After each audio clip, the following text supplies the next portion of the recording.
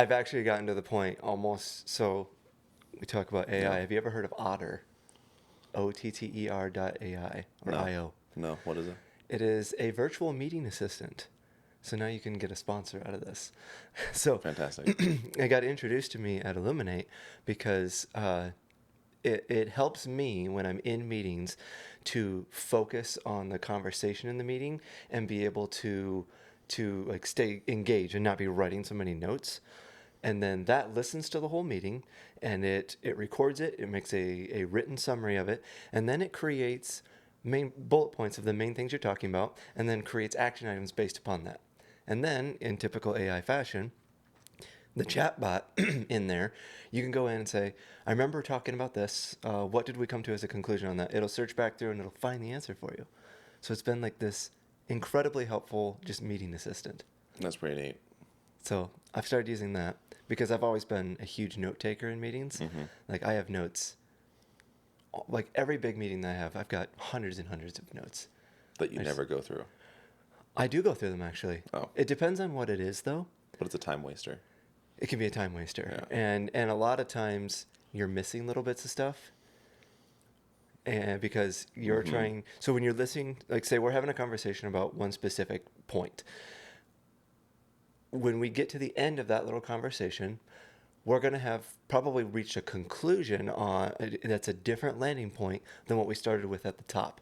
So when you're taking notes, or as I'm taking notes, I'm writing partial sentences and correcting them so that when we get to the end, I have the final summary of what was talked about there.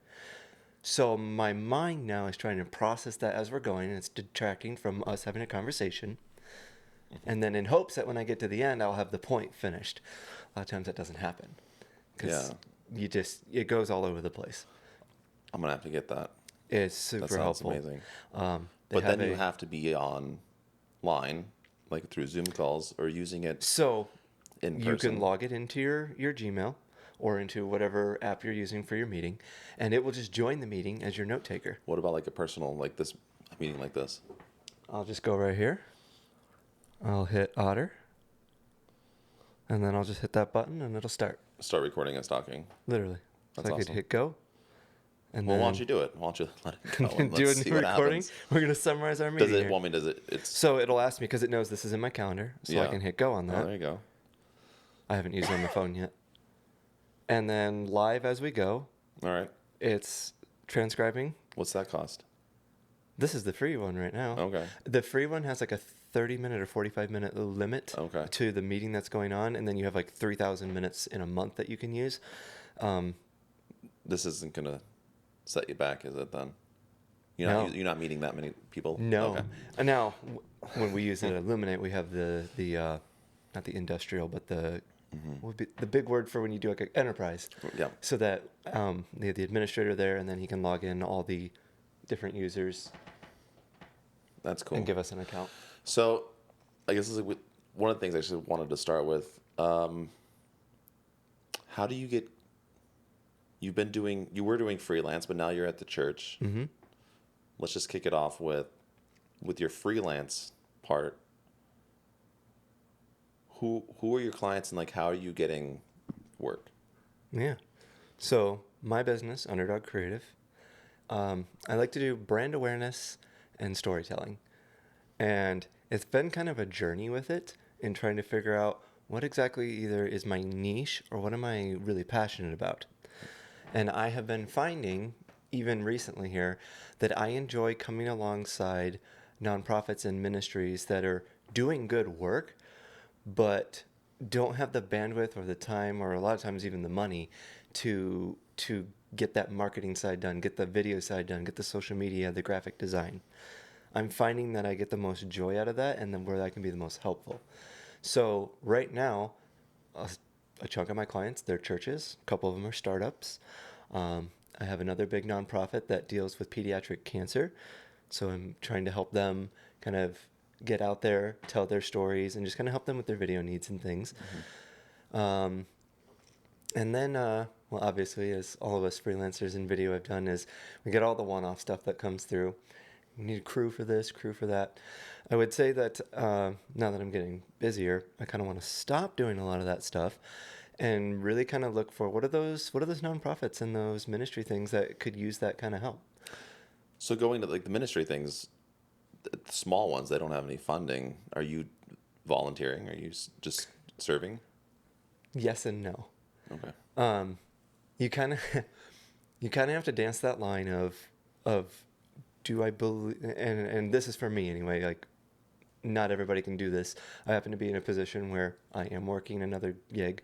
My wife Hmm. also works, so I have bandwidth for this. But I really believe, especially let's just talk about the church ones for example. I am passionate for church startups, and I enjoy helping them. I think they need help, so they don't have a lot of money many times.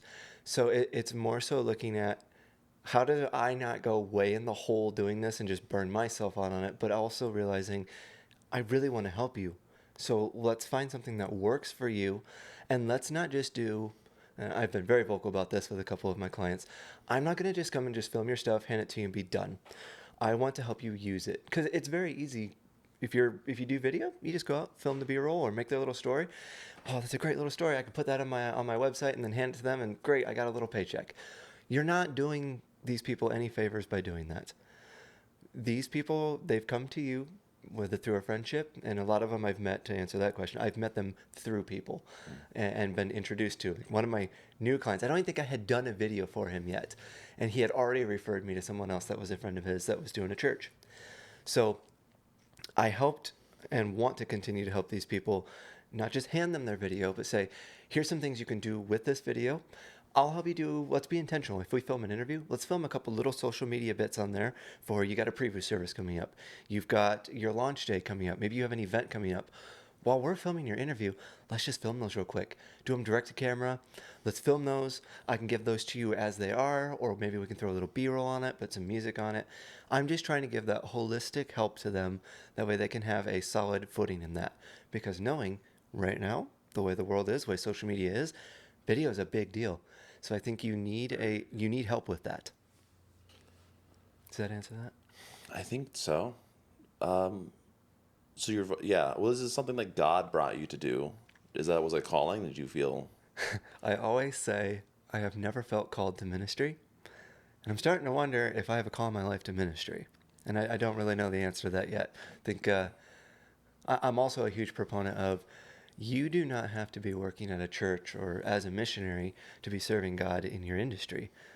Like all you have to do is do your industry, do it well, honor God through that, and as the Great Commission calls us to do, be sharing our faith with that. And every opportunity we get, we can now share with those around us the love of Christ and what He's done for us.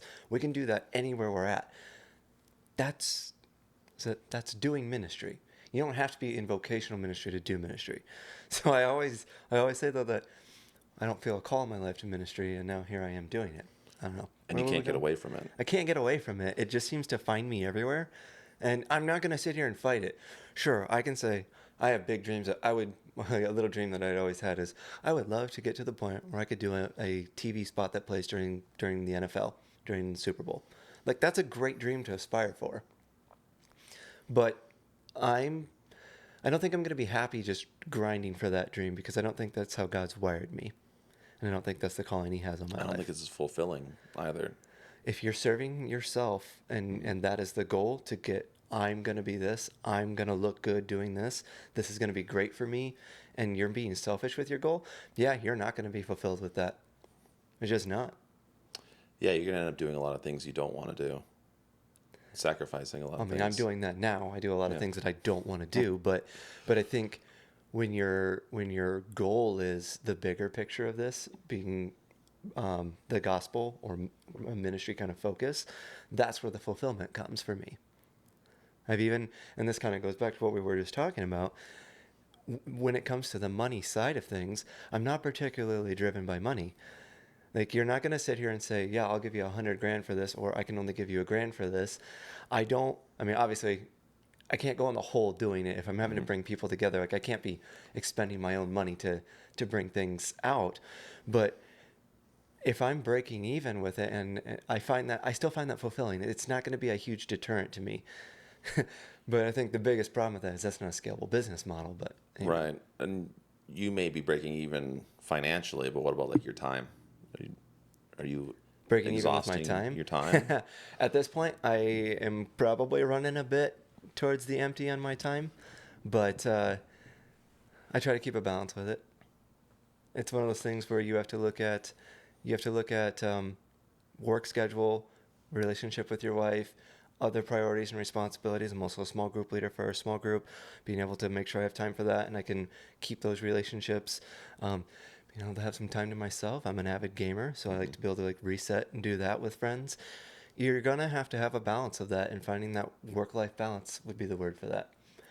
I would, yeah, it's a season right now of a lot of things coming at me. If things start sliding, then you have to readjust. What would you say were like the top three things that you would prioritize in order to keep that work-life balance? Number one, you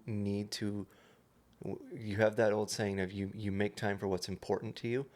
Number one, you need to be in the Word and praying. You need to keep your spiritual life up. That is the only way that you're going to stay focused and you are not going to be drifting side to side and wandering. And I have found through personal experience in the past, if you let that go, all of a sudden everything starts getting out of control and you start getting burned out and you start getting exhausted and you're like, where is this coming from? I had a friend sit down with me and he basically did what you just said there. He's like, I want you to list those big important things in your life and where you would rank them. And we found out by doing that, I put my personal study and my personal walk with God at the bottom in that moment. And he's like, Oops. I found your problem. And I remember him writing this on the whiteboard. And that was just kind of a moment to me that if things start feeling weird and like you're stressed and you're overburdened, you don't know why you're having this anxiety and these things, check yourself on that. So number one, yeah, you need to go and you need to make sure your walk with Christ is number one and that you are putting time into that. I think maybe a close second to me, I like working out. So fitness for that is important to me. A little fun thing I noticed, in my gaming role, I like to play first person shooters. If I'm not being active working out, I feel like I'm not very good at that. Like my reaction times get slower. So keeping a good personal fitness and just your health, I think, is important too. Um, the other most important thing, I think Tarantino actually said this. If you want to be a good filmmaker, you need to be watching films. So I've always gotten in a habit, and I usually do this. In the past, I've done it with my team when I worked at SBC. We would in our meeting, we would sit down, we'd watch some inspiration. So I like to do it daily today during my lunchtime, or if I've got time when I get in the office, sit down and just watch some documentaries and watch some films. Vimeo Staff Picks is a great place for that. Find a few of those filmmakers that you really admire and you've learned a lot from their work. And just watch some work, be inspired by that, take some notes on that, save those elsewhere, make some notes on some reference ideas from it, take some screenshots. What are some notes that you take? I'll go through and I love lighting and camera angle and just composition of a shot. So I'll take screenshots on that and and a lot of times some of these filmmakers, they'll give like a PDF that shows the layout of the room. And not that I would never say you should one for one copy that. You like that look, copy that. But be inspired by, a lot of them focus on the minimalistic, where just control the available lighting, use negative fill. I'm inspired by looking at that. So I'll take some notes on that and I'll take some screenshots of that of keep these in the back of your mind when you're looking at approaching a room like what you've done in here. You've looked at the different things you can accentuate in here. You got this window back here. There's Take actually a window behind you as well. Yeah, not There visible. was, and there was the same window But over there. you controlled that lighting. Yeah, yep, got rid of And it. that I would not say that I have mastered that, but I love taking note of that. I will also take notes on music. I am heavily inspired by music and soundtracks. Many times when I'm writing and brainstorming, I'll be playing that and using that as a tool and an assistant to help keep my mind space focused. But yeah, just watching things, looking at what other people have done. There's a lot of great work out there. If you're not watching that, I think you're kind of losing. Yeah.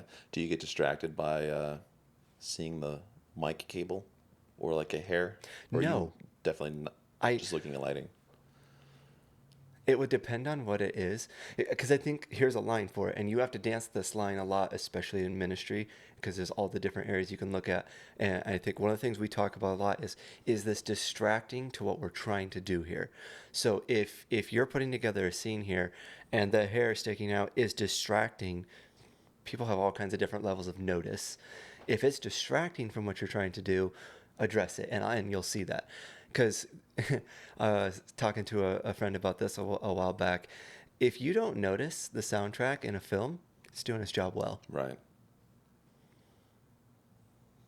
It's just, yeah, helping the emotional Yeah, movement of it. it's a storytelling tool. Yeah. Lighting, camera angle, music, the things in the room, those are all tools in how you tell that story, and how you use them can either push the story forward or it can distract and be a hindrance to it. There's intentionality in sets, in films and movies. That stuff's not the usually is not this just there randomly. Maybe in Game of Thrones you randomly have a Starbucks cup, but they're intentional Right. about what's in those sets, and everything is done with intention to tell the story. They're artists. I like to aspire for that. So in your business, your personal business, Mm-hmm. going in the projects, are you taking those notes and applying them to things outside? Are you actually able to take those notes, or is it like taking the notes, watching a documentary, almost a waste of time because you never actually can implement them? That's a great point. Um, it's there's a term that you use for this. Basically, how do I want to word this? Am I able to take those notes and actually use them? A lot of times I don't think you can take those notes and actually use them. And it's not because I don't want to, it's because time doesn't allow a lot of times. A lot of times you need to get it done. You've got a deadline, or there is, like I like to we were talking about the budgets on things. Are you breaking even with it? Are you able to actually get the help on set that you need because of budget constraints? Because you have the triangle. You either get a really good product, you get it really fast, or you get it really cheap. You have to choose two. So a lot of times you don't get to implement that. You get to implement the start of it, and you get to talk about it and get excited about it. Now you sit down in the room, it's just you. You have about an hour to set up. No, you don't get to implement it. So I would say, at least in where I'm at right now with my career, that comes through passion projects and things on the side. I just helped a friend. He put together a team to do a documentary for a contest that he's doing. So I think he had five of us show up for this. We got there. I think call time was 5:45 in the morning, and we didn't get out of there until 10 o'clock at night. But we took the whole day to help him out and do this documentary. Sit down and just go for it with lighting, go for it with camera, make it the most beautiful thing we can. We took a lot of time putting together all the different shots. We ran two crews. One crew was focused on a lot of the B-roll. The other crew was sticking with the guy, his wife, and his daughter, and filming all the B-roll with them, did some crossover stuff. That was an opportunity to take those things that we have learned, and he was really intentional about giving screenshots and reference ideas of things that he liked so we could reverse engineer that. That's where those reference things that we would take screenshots of and make notes on of stuff that inspires us, taking all that and now just taking a day. None of us are getting paid for this. We just wanted to tell a good story. Sitting down and for that whole day, taking all that stuff and just creating something really cool. I would say that was the most fulfilling and rewarding day I've had in a very long time. And he did a phenomenal job pulling it together. But that's taking the time, and and and I think that's another good point of it. This stuff takes time. You're not going to just do this in a 15-minute, an hour window when you're setting up. It's going to take some time to put this together. You've got a lot of trial and error when you're doing it. But I think at this point in my career, it's finding those passion projects where you can actually implement that stuff. And I think you're going to notice, and I am starting to notice this, that stuff's going to start to creep into now what you're doing for your business. So it's helped me make some decisions on the gear I'm actually going to bring to set, because I like the look and how there's the time of setting it up with the look it's going to give you. So I'll have those little tools in my bag that's what I'm going to use. And then you find out video is an extremely expensive industry. Yeah, it is. I always say it's like a disease that there's no cure for. It's a black hole that I keep throwing stuff Yeah. into. And then my wife, just she never. Maybe she needs to say this more, but she needs to say no more to me. I think Mm-hmm. in things that I buy. She's like, if that's what you need and you use your business money for it, then go for it. Yeah. But I could throw money for forever into that. Mm-hmm. Yeah. My wife tries. She tries. Yeah. Say no more. She helps a bit of like, don't get that. Yeah, and I think she does a good job of just helping me weigh it out and asking the questions. I just feel Mm-hmm. like, and she doesn't know the industry, so she You can't look already at. have 3 of those. What do you need another one for? Yeah, exactly. Like I need Yeah. that. You I already guess like have what 15 what's the lights. top 3 lights or pieces of equipment that you take on set that's in your bag? That's been constantly morphing. Mm-hmm. What is it right now? Right now, okay, I bought a 600D, Mm-hmm. and I love that thing. But with the cameras and the way they are, lenses and the way they are, and how far we've come with that, that 600D in like a room like this, it's overkill. I'm throwing light everywhere. So I purchased a 300X by Aperture. Yeah, X is the bicolor. And then I'd like to put that on a Fresnel right now and throw that through an 8x8 magic cloth and make that be my key light. Now, like I say, it's been slowly changing. I was watching another inspirational guy that I like to watch, and he was talking about, and like I knew this, but I never like thought about this, and I want to implement this in a shoot. Your subject does not need to be the brightest thing in the frame, because we always think put that key light on them and get your IRE levels on the key light side of the face, get that nice and bright. Windows shouldn't blow out, control all that other lighting, but they don't have to be the brightest thing in the frame. So I'm going to be intentional about that one at some point. But so I think right now it's going to be that 300X through a magic cloth. I think that's going to be a favorite of mine. What else? The 3 top pieces of gear for just lighting.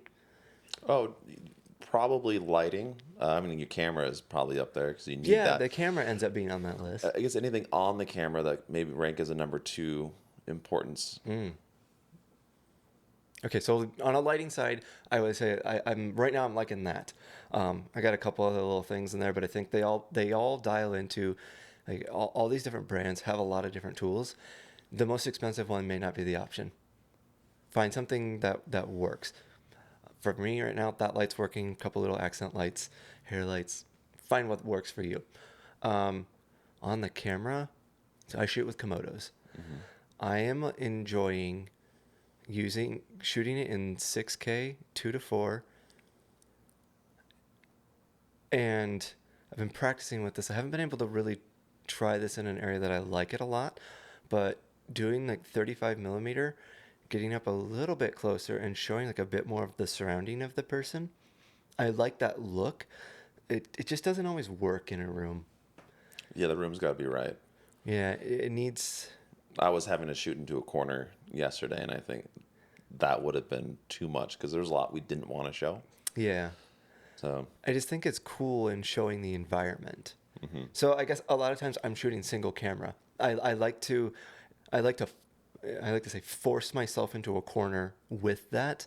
That way, I have to be intentional about the other footage I'm using in there, and that way you're not just staring at the person the whole time. Again, a lot of this is subjective, and if you're being creative and you can make it work with 2-3 cameras and tell the story effectively that way, then that's what you do. I Yeah. don't know. I don't want to say that my way of doing it's right. I'm still exploring. Well, yeah, definitely. The art form is infinite. Yeah, So there's no it's right or it's wrong part of way. it. It's your thing. I guess if you had to go out on a job, you could only like take 3 things with you. What would those be? And maybe it's 5 things. Let's break them into like little sections of stuff. Okay. So it's a camera with probably my 24 to 70 Sigma. I think that's great. Mm-hmm. You can put any monitor you want on there. For those of you that understand how red ISO works, I don't think you need a monitor that's going to give you the most accurate representation of what it's going to look like later. Trust the instruments that are built into your camera. You're shooting on RAW. Don't use that as a crutch, but I think I would take that little kit right there. I would take my basic lighting kit. You know what? You could probably get by with just that 300X and your cloth. And maybe if you needed it, a bounce for your fill, so you don't just like totally black out the side of a face. You probably get by with just that in your lighting, and then get yourself a good audio kit. Figured you might like that answer. Audio is one of those things where I think we as video people often forget how important it is. And it's also one of those things that can be highly distracting in your video if you don't do it right. For example, if you just use that onboard microphone on that camera and think you're going to shoot an interview like this, the amount of reverb and room tone and other little things that that's going to pick up, that noise right there, Yeah. you're going to hear it, and it's going to be way more distracting than it should be. Get a good mic, get it in like this. You don't have to go spend thousands of dollars on your mic, but get a good mic up close. So I would add that, and I have one, so I put that in. I prefer boom mics. I think they're easier. They have a good sound to them. And then those of you that get distracted by cables, maybe don't have to worry about that. As I'm literally telling the But if audio you're guy on a how he should wide, do if you're on a audio. 35 and you're a bit wide, your mic's going to be up. Yeah. You might get a lot And of hey, room. It might be teach more like, me. might as well have a camera mic. If you're Yeah. out of frame with that still, Mm-hmm. you're not. I'm literally saying to an audio guy, this is what I do, and he's gonna be like, you shouldn't do that. I don't mind getting that up a little bit. And when we talk about AI tools, if you have seen what you can do with that to isolate, Yeah. I mean, you could I definitely feel do like that can work really well. Yeah. I don't do that. Like, that's not a natural practice. I will try to get that in as close as possible. Just out of frame, Yeah. good to go. And if you have to go, But get yourself a revert's good like audio cheating. tool. You can get a good, affordable audio tool, recording microphone. But Yeah. you have problems with your Komodo because it's not very audio friendly. It doesn't have XLR. Yeah. Oh, you could go into a fun rabbit hole with that. Every camera's got a different solution. You could throw 3.5 right into the Komodo. I record it as a scratch though. I'm not intending to use that. I have a separate mixer that I jam timecode right to my camera and then run a scratch to it. And then I monitor from the device. I like to monitor from the primary source that I'm going to be using. And even you've been super helpful helping me kind of dial in that mixer and understanding how that one works, which thank you. That has You're been welcome. helpful. I have corrected that. And now I don't have to boost my gain by 12 dB Up in and post. down, up and down, up and down, and then Yeah, in the post side. The next thing that I need to learn to get better at, and as a crutch and for a matter of time and knowing that I'm not an audio guy, I'm relying a bit on the AI tool to kind of help me, but is understanding compressors a bit more and how to really take that audio to the next level. Make it sound like it's like studio recorded and really close and full. So maybe that'll be next lesson from you. yeah. So I'd have to disagree with you Ooh, on your kit choice. what would you Well, change? Well, you have to have a monitor on your camera because it doesn't have one built in. Yeah, it's just got that little thing, and Yeah. it's in a bad spot. It's on top of the camera, but Oh yeah. See, I don't really care about that. But like, I always figure and find out like I need to light the background. I think the background is very forgotten when lighting. People You're say not it's like wrong. 3-point lighting is a lie. It's a 4-point lighting. because the background. You gotta light the background. That's a good point. And I think too, when it's just you and you don't have time, you do forget about the background. Yeah. Maybe you shouldn't. And I think every person has their little niche. I skip I the forget the bounce if I background. can. That's fair. Yeah. That's I'll fair. go with the key, a backlight with either a rim or over the top, Mm-hmm. and then something on that background, usually because I'm To going to bring it up a eliminate the little? light in the room as much as possible Yeah, that's a good point. and light it myself. I did have one shoot where I got to practice what a gaffer friend had taught me of light that background, turn off your fronts, light that background, get that to the level and look that you want, and then basically do it in layers and work from the background forward. So I got to practice that for the first time in that shoot.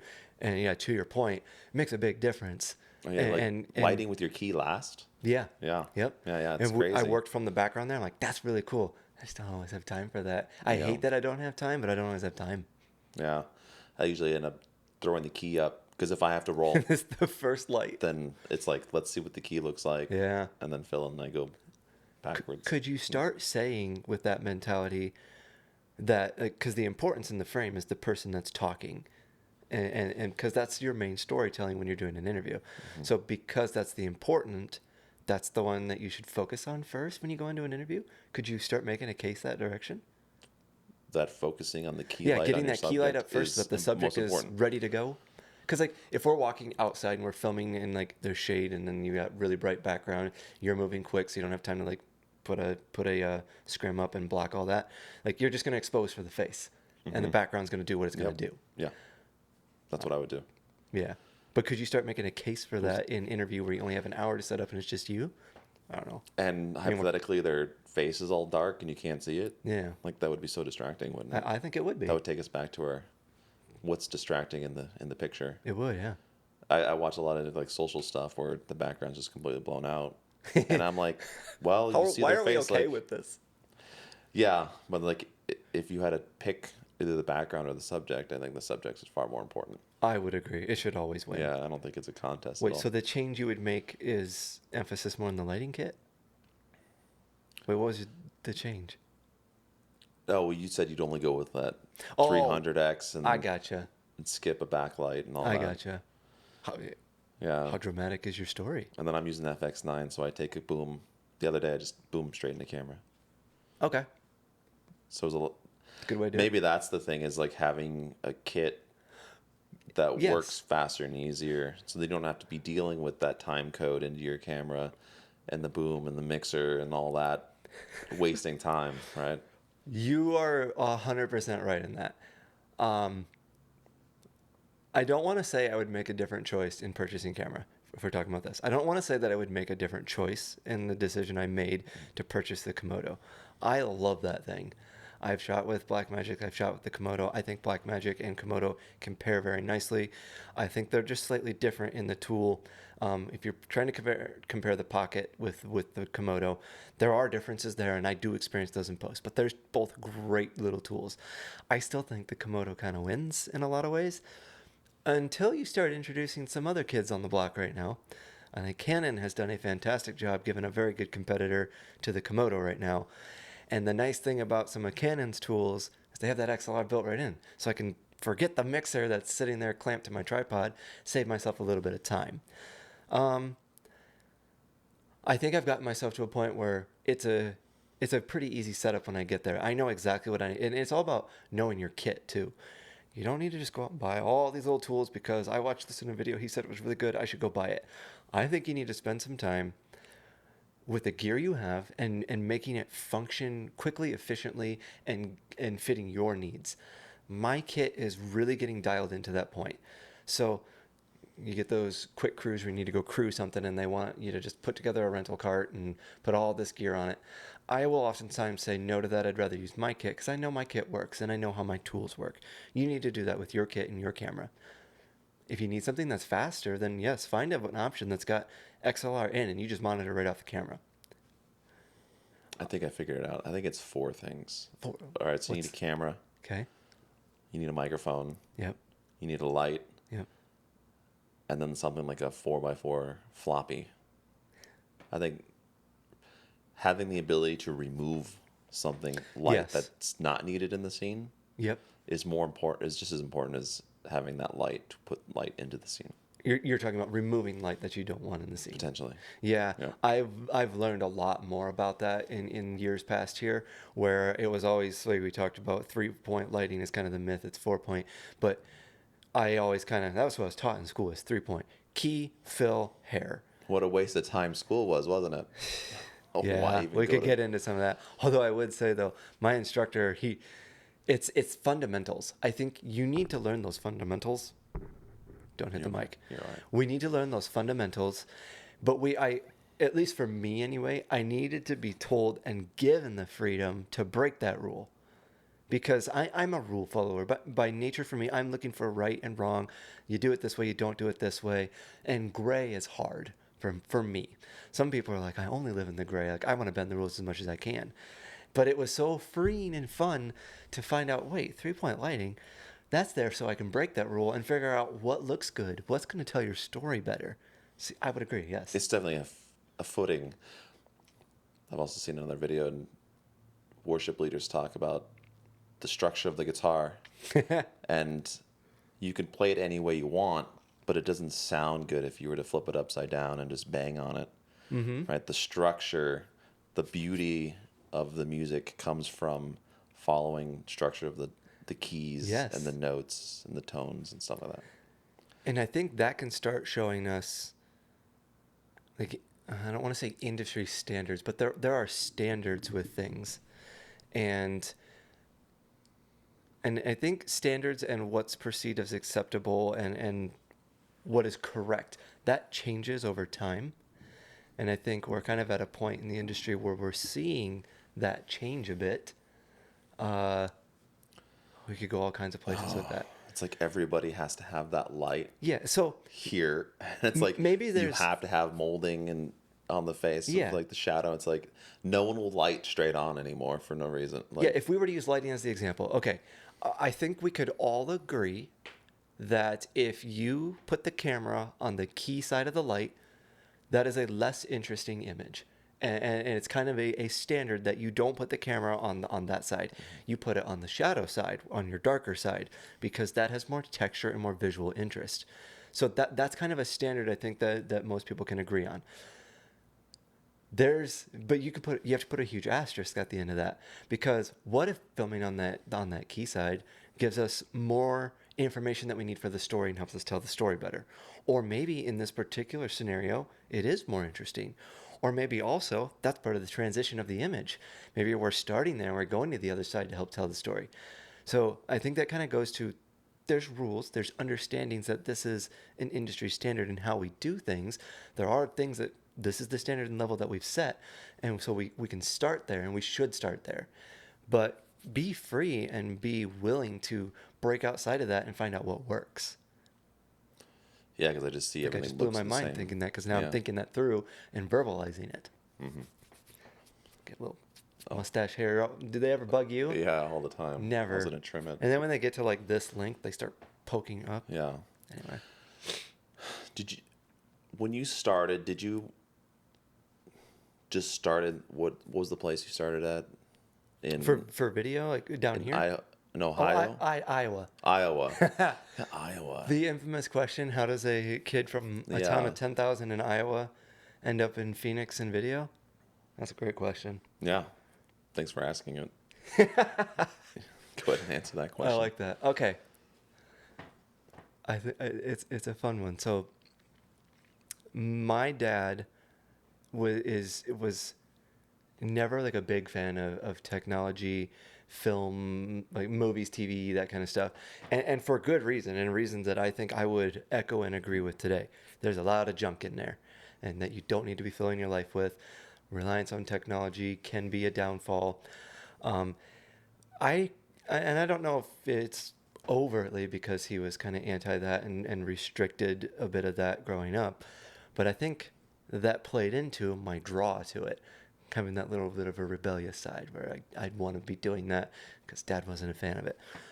But Did you not watch TV when you grew up? not a lot. I mean, we watched like the kid shows on PBS and watched that kind of stuff, but my parents were very careful with what we watched. We didn't have video game systems growing up. My first video gaming console, so to speak, was a computer, and I was playing Roller Coaster Tycoon, probably Oregon Trail at that time, and like those were games that we were allowed to, or maybe educational games, but So not you're, just. you're Christian, but were your parents Christian? They were, yes. I was Okay. born and raised in a Christian home, yes. Okay. Yeah. So I think that was what helped them frame that. Like, we want to be careful what our kids experience and what they are allowed to just watch and consume, because and that's where I would say I would echo, if kids are allowed to watch, like kids absorb information and they absorb things, and they're learning, they're repeating this. So if you're just letting them fill their minds with whatever, absolutely that's going to influence them and how they're going to become. Garbage in, garbage out. Exactly, Yeah. exactly. And my parents, they took that to heart. And my opinion, maybe they did that a little too strict in some areas, but I think it was a good Do foundation. you still for think it. it's too strict? No, I think I'm starting to get to the point where, like, yeah, you were right. Yeah. There's a lot out there, and you just be very careful. But I think my brother has the right approach with his kids, that they're keeping them from a lot of that stuff. They're careful with that, and I think that's a good thing. But I do think that kind of maybe got me started on the path of just technology. I loved technology. I went to school first for network administration and security. I love computers. I custom build my stuff. I love geeking out about that stuff.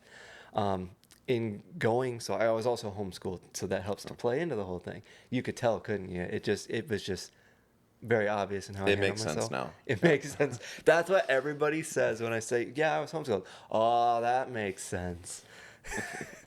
But I think that kind of played into it. But because of that, though, I got a great opportunity, and I got to go to college in high school and try out some things before going and dumping a lot of money to it.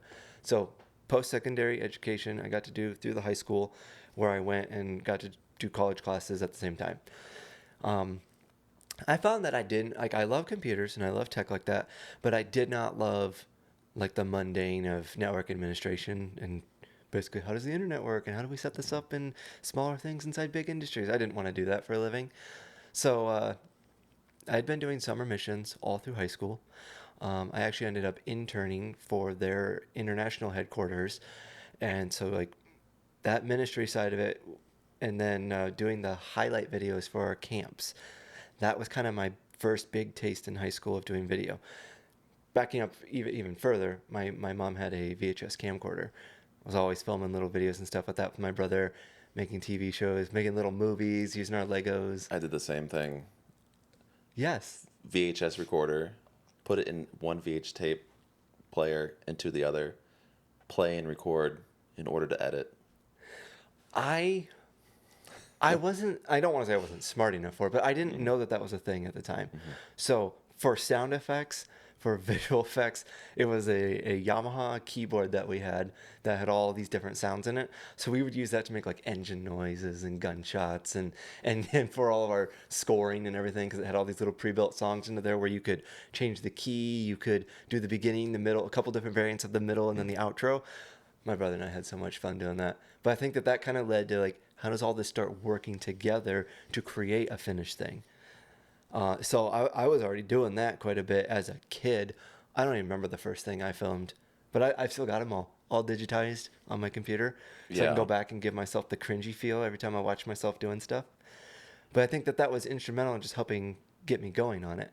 So then using that in high school, towards the end of high school, I had, I think, my first official freelance gig at like 17, 18, and then filming all kinds of really dumb, and I will never show them to you, short films with my friends. And that just kind of got to the point where after that internship didn't work out, and I came back, I'm like, I'm going to go find a video school. That's what I did. So how would you lay it out for somebody? Like just overall, what would be the steps To get into video? to get into video?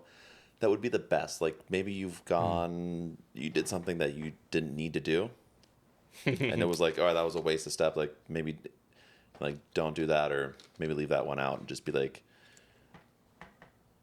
start in high school, like film the camp, right, or then go to college, and then get a job at the studio, and then, well, like what would you think your ideal progress for The somebody I, would be? yeah. First of all, I think there's a lot of ways to get into this industry. This industry is not new. It's been around since Over what's 100 the years. over 100 years. I mean, you can talk about Thomas Edison and then the forming of the Nickelodeon and how Thomas Edison was influential in getting video started, and influential and not necessarily the greatest way. Wasn't it because of the restrictions that he imposed on it that Hollywood kind of became a thing? Like everybody flocked to the West Coast to start doing their own thing. Like we don't want to listen to those rules.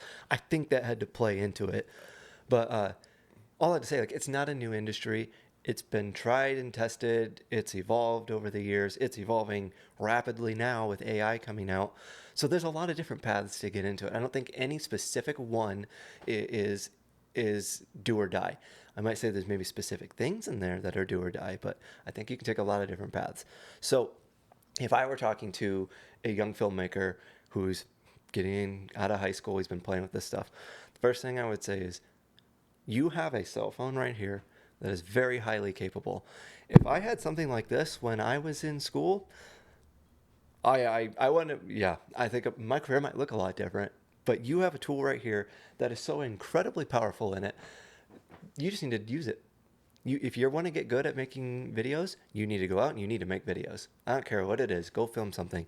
You go, if you are a part of a church, I promise you, there's stories to be told at that church. I'm not just saying that because I work at one and lead at one, but their stories to be told there, and they love when their people get involved. And I think that's good for you to grow too, even as a believer. Just go get involved in your church. Go take photos of something. Go take videos of something. Make little videos that they can use.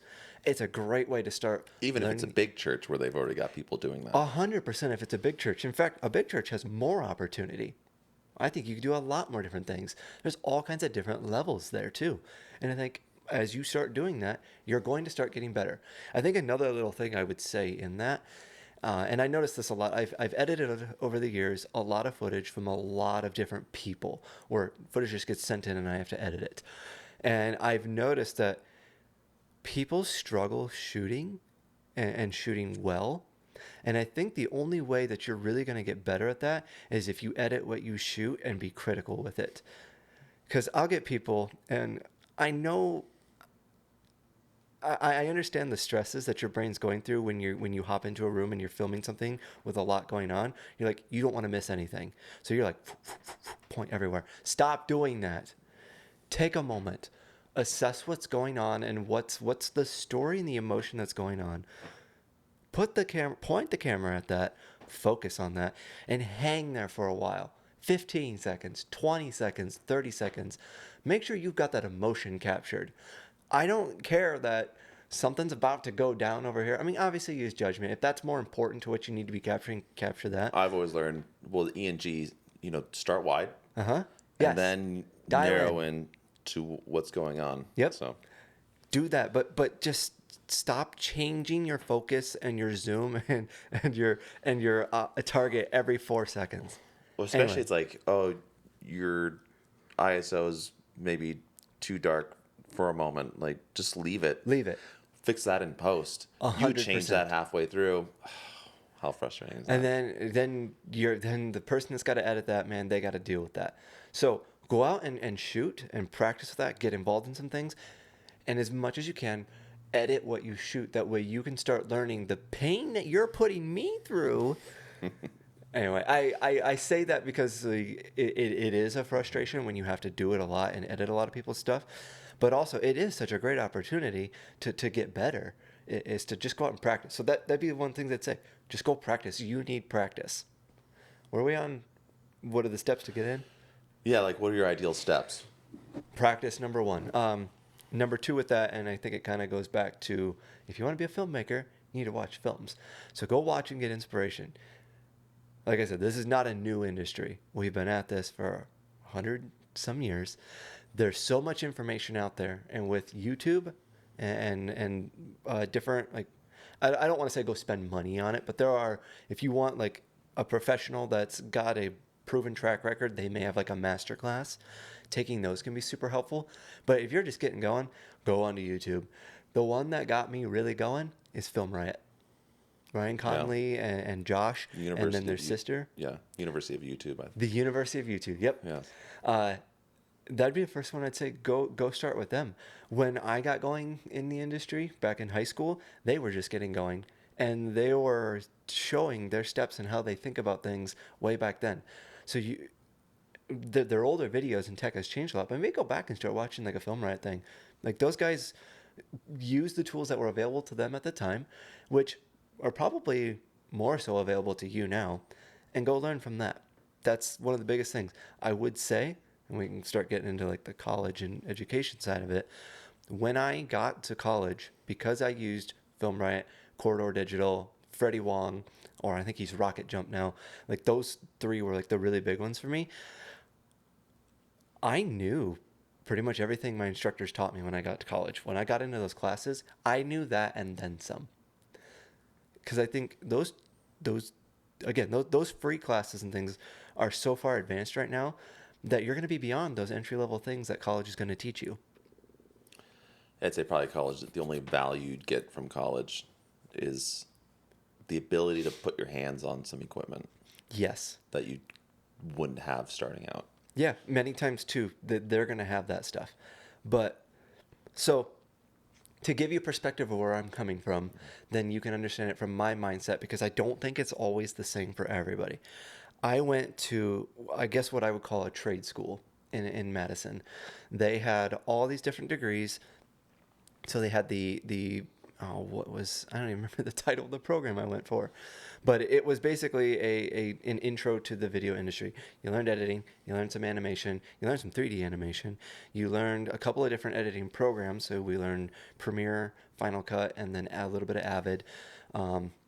We learned a couple of gen ed things, so like how to storyboard, lighting class. Like we had all these little things. They were mostly like entry level, but they were taught with an industry professional. People that were Emmy Award winners that had proven track records came in and they taught us these classes. We were able to get our hands on stuff. By second semester, we were already hands on cameras. We were already out shooting. So it was a trade school approach to this. I think I could go two different ways with this. On one side of it, I would say you can get all that experience just by getting the program yourself, going on YouTube, learning how to use it. Mm-hmm. You really can. The other side of it, too, you've got the guidance of somebody. Everybody has a different learning style. Some people literally need somebody to sit down and show them how to do it. You can do that through a mentor. Just go to don't do this to me because I don't have much time, but hit up a video production company, say, I'm really wanting to get in the industry. I want to learn how to do this. Many times, I think those people, if as long as they've got time, they're going to come back and they're going to want to show you. Well, if you went to them and said, I'll work for free, no one's going to turn down free work. No one's going to turn down free work either. Yeah. They'll get you on set. They'll show you the ropes of it. So you can either do that like that, go get a mentor and go do that, or you could go pay someone a bunch of money to teach you that in school and go ask them questions.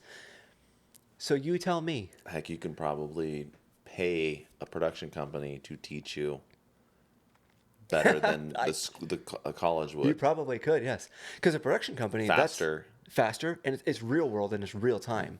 So you're going to be able to walk onto a set with them, and you're going to be able to watch how they are going to set up. They're going to walk into a room, and they're going to look around, and they're going to figure out how they're going to set up the cameras, how they're going to light it, how they're going to put the audio, how the person's going to sit.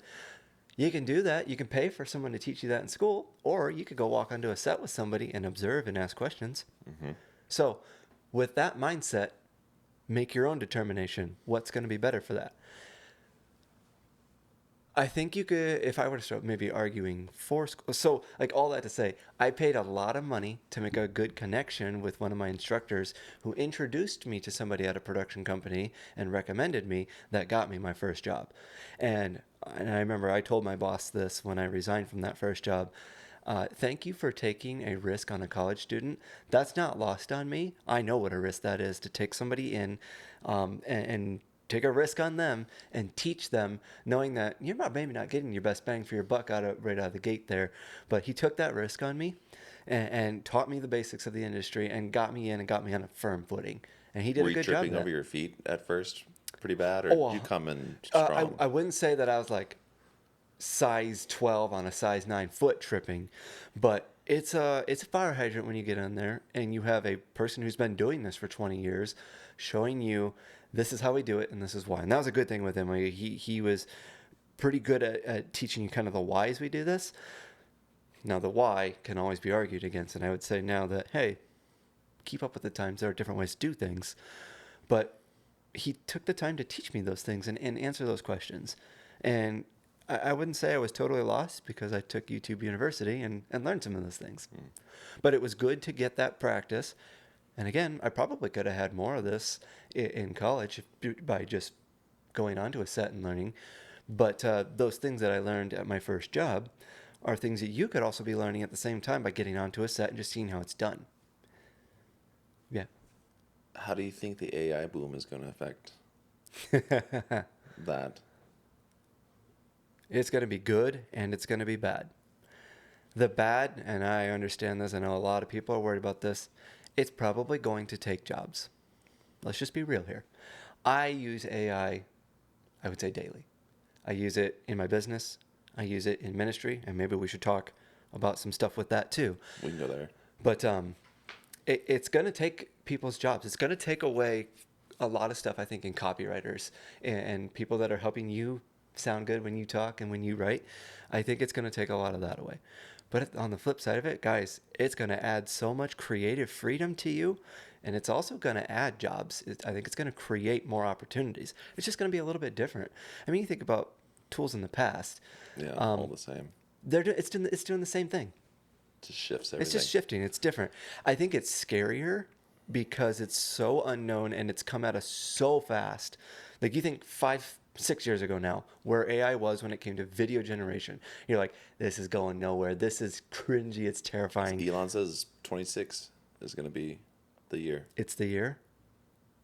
So next year we got a year. Less than a We year. have 5 months to prep for where Yeah. it's really going to be.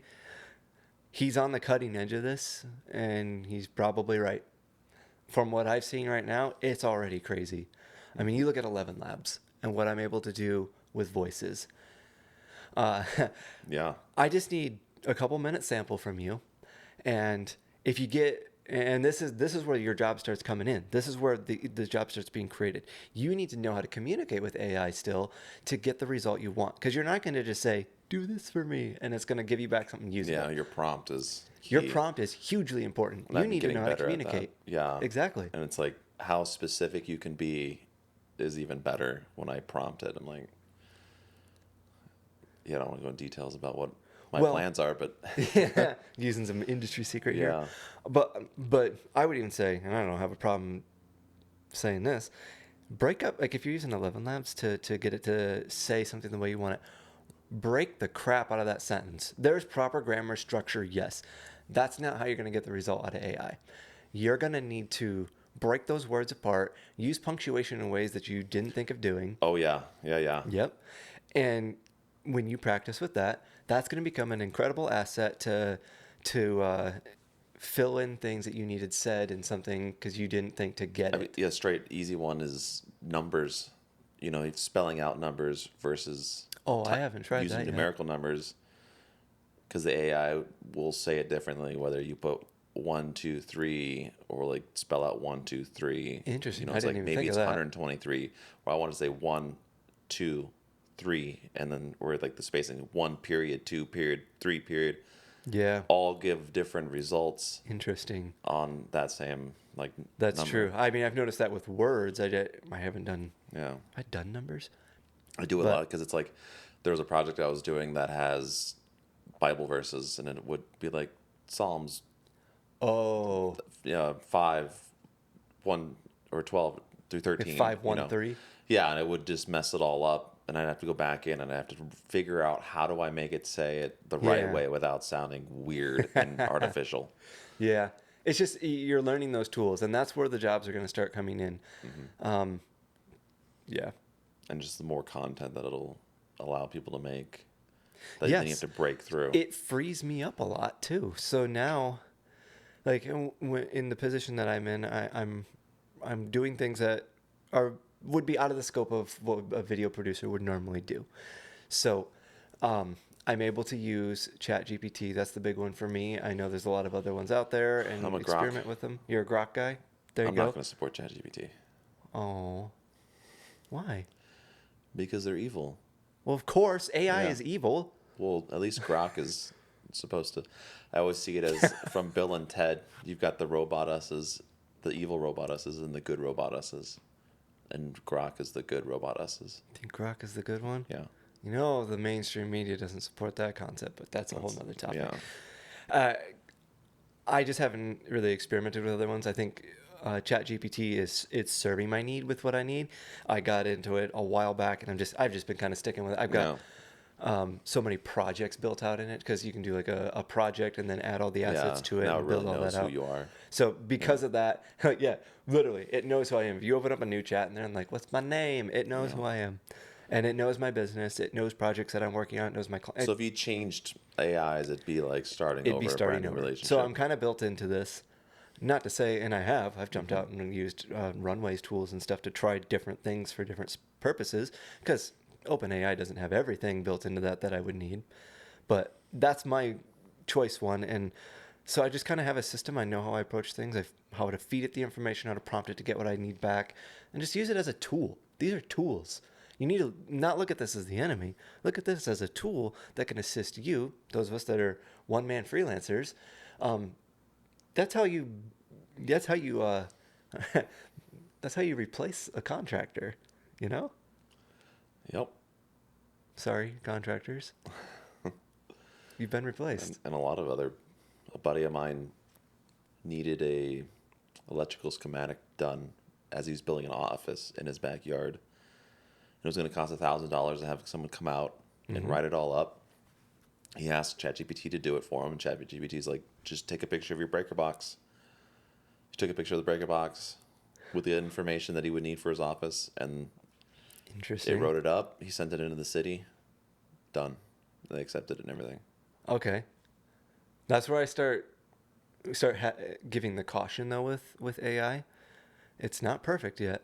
So I mean, they had another inspector look it over. Then that said it was good with the city. Maybe if you ever watch the home inspection videos, like I don't have so much faith in the city's inspectors anymore. Yeah. But yes, it can replace a lot of that stuff and help you save money and just help. I think help creativity, because it's instant answers. It's a little brainstorming tool. I don't know, but I would say be careful with it and use it ethically. And that's where it can start getting interesting when you start using it for ministry purposes. And I've had a lot of conversations with people of, can we use AI in ministry in the church? How would it be used unethically? Hey, ChatGPT. Not to teach people how to build a bomb on that, but I need to teach a class tomorrow. Can you give me the points of what I should be teaching? When I say class, I mean like Sunday school, church class. Can you give me the points that I should teach for this? Maybe it's this topic, that kind of stuff. Do not use AI as a crutch to do your job for you. why is that wrong? Yeah. So I think you got to look at who puts together these AI clients and the language models that they're trained on, because basically it's being trained on just large amounts of data. So the way it starts answering things is going to be influenced like that. I am not an expert in how that large language model works, how AI works, so I'm not going to sit here and say definitively that that's what's going on. But I do think that plays into what it answers. And it's going to answer things that are maybe considered culturally correct or understandings that the world has. And if you are in ministry, the Bible is very clear that we are different from the world, and what the Bible teaches is right and wrong, and the theology in there, that's going to not be like the priority for an AI model. I think that's pretty clear on that, I think. Yeah. You still need to be biblically versed to recognize if your AI model is perhaps sending you in the wrong direction in your outline. Yep. And I don't think Grok's off the.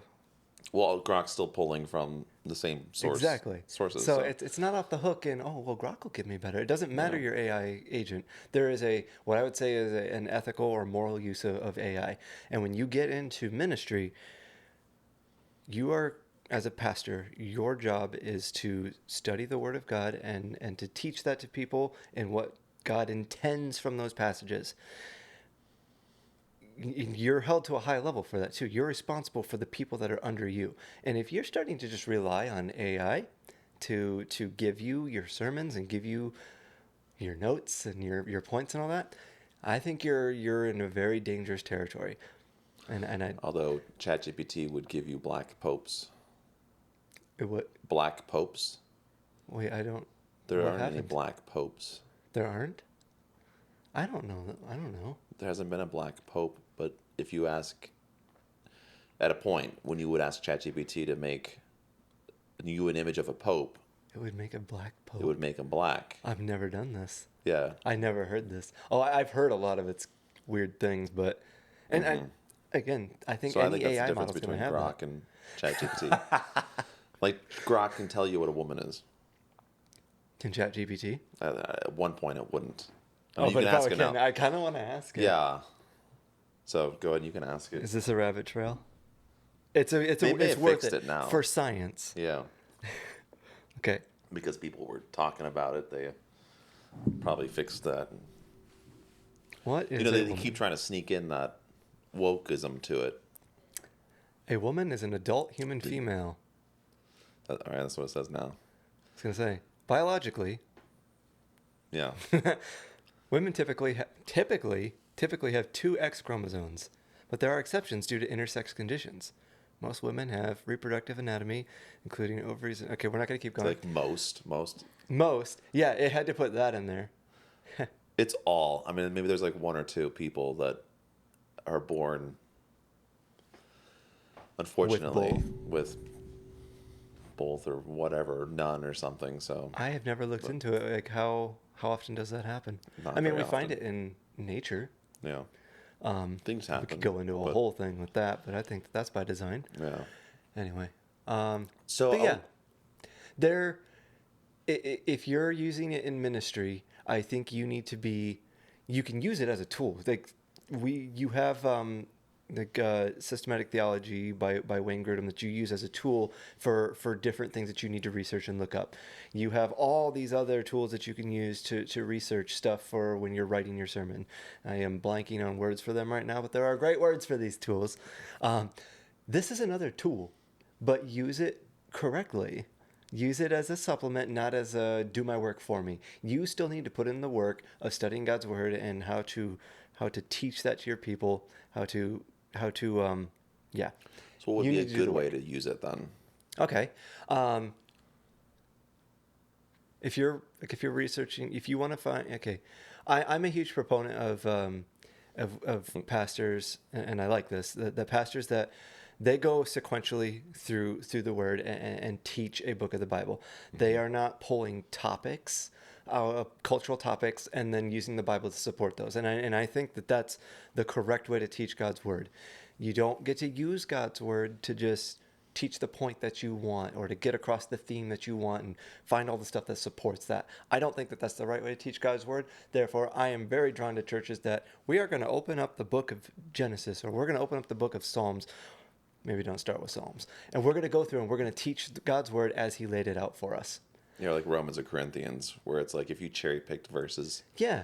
you can pick them all out of the book, the Bible, and then Yes. put them together To create the to theme that create you you want to want, yeah, teach. and That's benefit your not message. what that's not how you do that.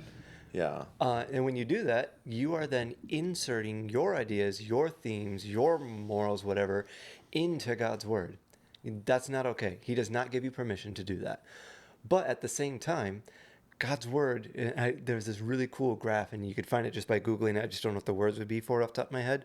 But it shows where every verse and chapter links to or references or can be echoed or found in another part of the Bible. The Bible is so interwoven. ChatGPT would be a great tool to maybe help you find some of that stuff very quickly. And you could do it, hey, I'm studying this theme inside of this chapter here.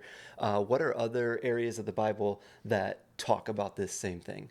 I think it's a great, really fast tool that you can use for that.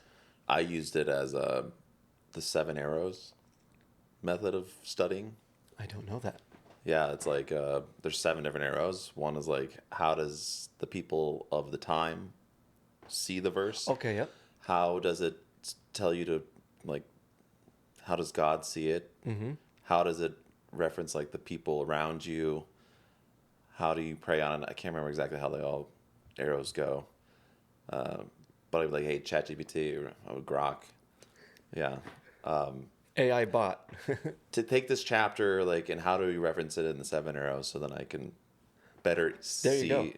I think that that'd be a great use of it too. Yeah. Because you can use it, and I've started using it for this even more so, is taking like a website or a whole article on something and loading it into there, and then using it to just kind of summarize and give you and help you find information within it. I think it's really good for that. And yeah, that'd be just another use just like that. That's actually a good point. You can use it to maybe break down, like if you were to take a whole short story, for example, and you want to break it down into the hero's journey and summarize it very quickly, you could probably use an AI tool to do that for you. Again, it's a tool that can save you time and be very helpful. But if you rely on it to do your job for you, you're not being responsible with the responsibility that you've been given. And if you're a pastor and a leader in a church, you have a very high calling. The Bible's very clear about that. So you need to be careful about how you're using it. Exactly. With great AI comes great responsibility. Yes. With great, yeah, how would we word that into that saying? With great, Wow. what is even the saying? With great power. with great power comes great Great responsibility. Yeah, With AI comes higher, yeah. something like that. It's So the new with slogan. yeah, with the industry, like, have you? I'm just gonna jump into this one. Have you done stuff outside of more of like the film culture industry in Arizona? So outside of like doing video stuff. Well, doing like video, but with like the film culture people here, the independent. Not really. No, okay. I I don't think I really have a desire to make films, series, and short things maybe, probably more so in the documentary realm. But no, I haven't gotten too much into it, just not my thing. Okay. Have have the values played into that? Have your have your core values played into not wanting to get involved in it? No, they haven't. It's just I just don't particularly, and I will use this specifically because you said film industry, so I'll use it specifically in films. Um, it's an interest thing for me, and it could be commitment to one long thing for a long period of time. I don't really know.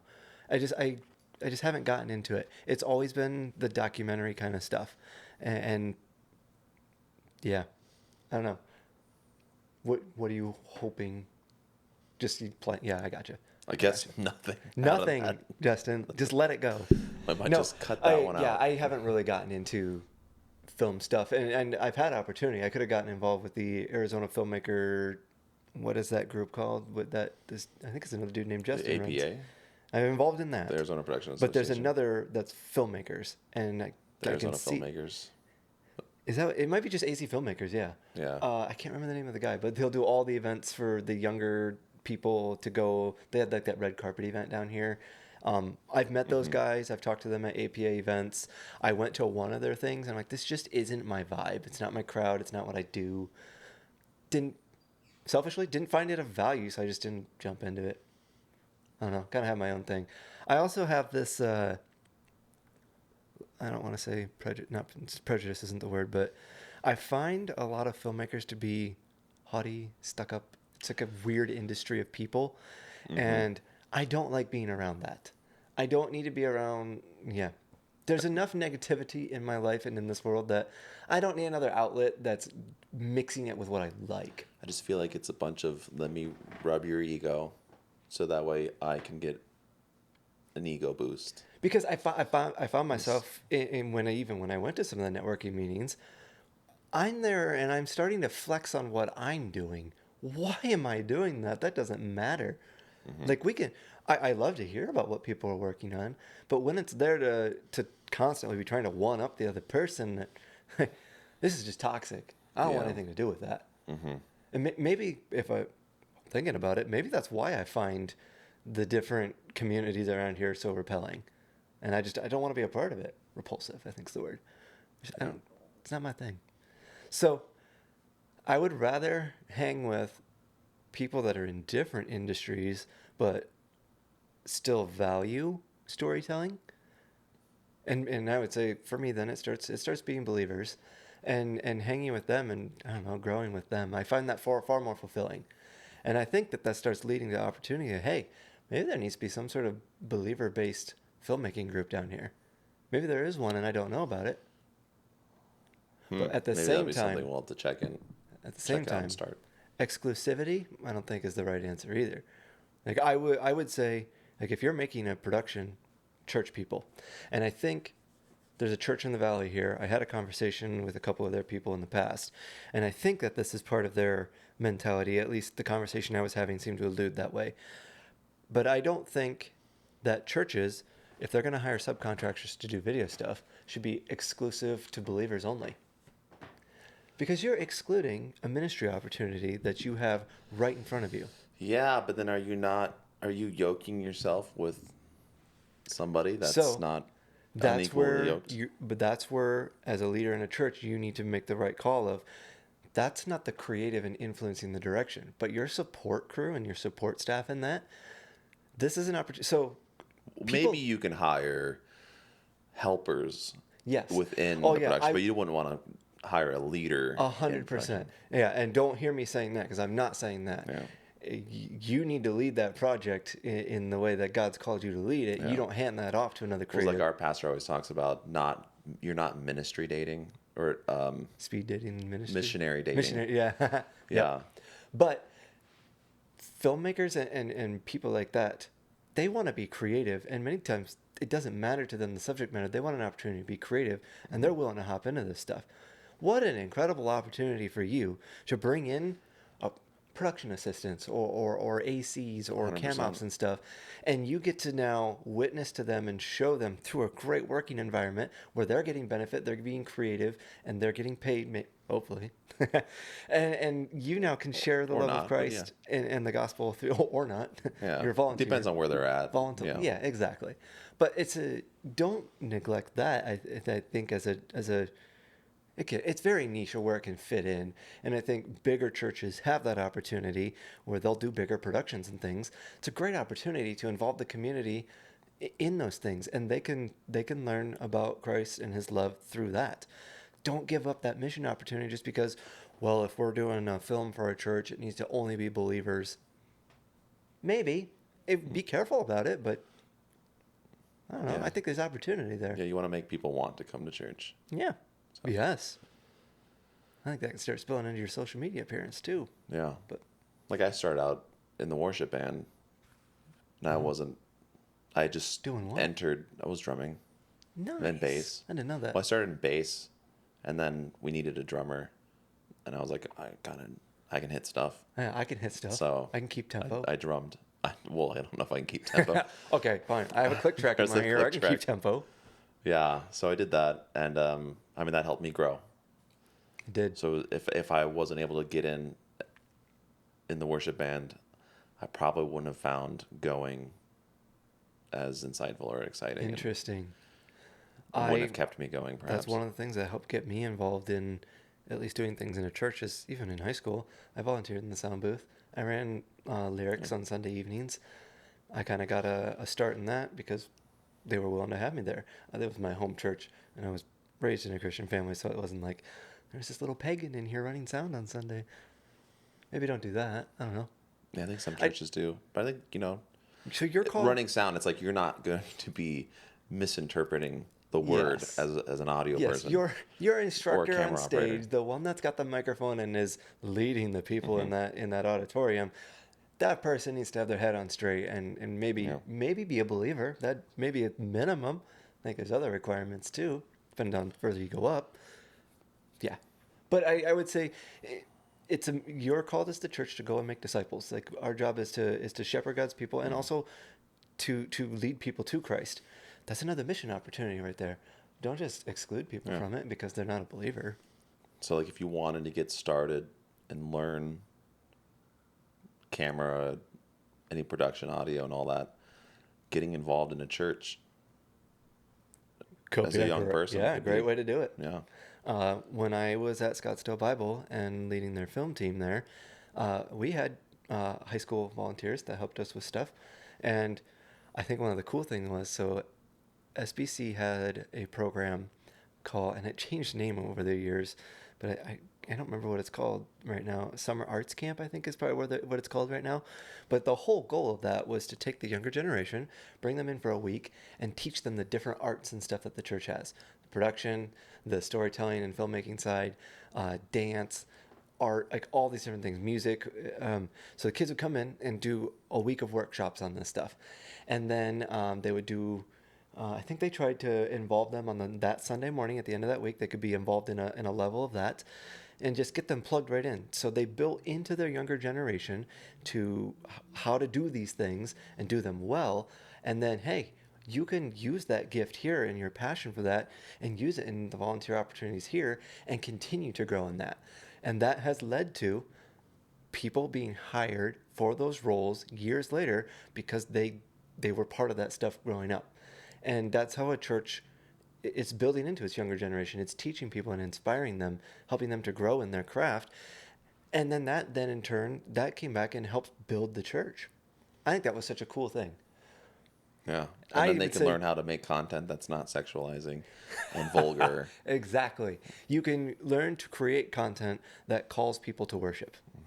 And I think that as churches do social media, even, you need to think about what you're doing with your social media. Like, have a mission for it, have a goal with it. I'm going to be working on that a bit in my role right now of how to start putting that together and what that looks like for Illuminate. Um, I think it's very good to be intentional about that instead of just great sermon this weekend. We hope that you can all join us. Or here's like a quick photo of what was going on.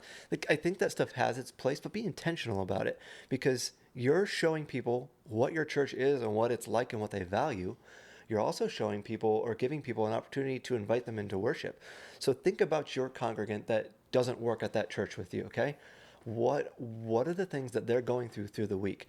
They're going to their 9 to 5, and their 9 to 5 may be a position where they're not working with a lot of believers. It could be very challenging for their faith. Um, they may have just the regular struggles of the relationships and families that they have, and when they come to church, they're now trying to like waddle through that and then break through that and then worship with you and then go right back out with it. Your social media is an incredible opportunity to encourage them during the week, to remind them of what happened the previous week, help them to look forward to what's coming the next week. So I think posting those things is great and definitely do that. Just be intentional with it. And how are you shepherding your people through your social media? So that's one of those things I'm going to be working with that and learning that myself of like, well, how do we do this intentionally? And how can we use this as a tool to encourage our congregation during the week and then invite them to come to service that weekend? I don't know. I think a big word for churches, at least for us right now, is doing things with intentionality. Not doing it because, well, SBC or whatever church that you've come from, we did that there before. What is the culture here like, and where are we trying to lead our people? Where is God trying to lead our people?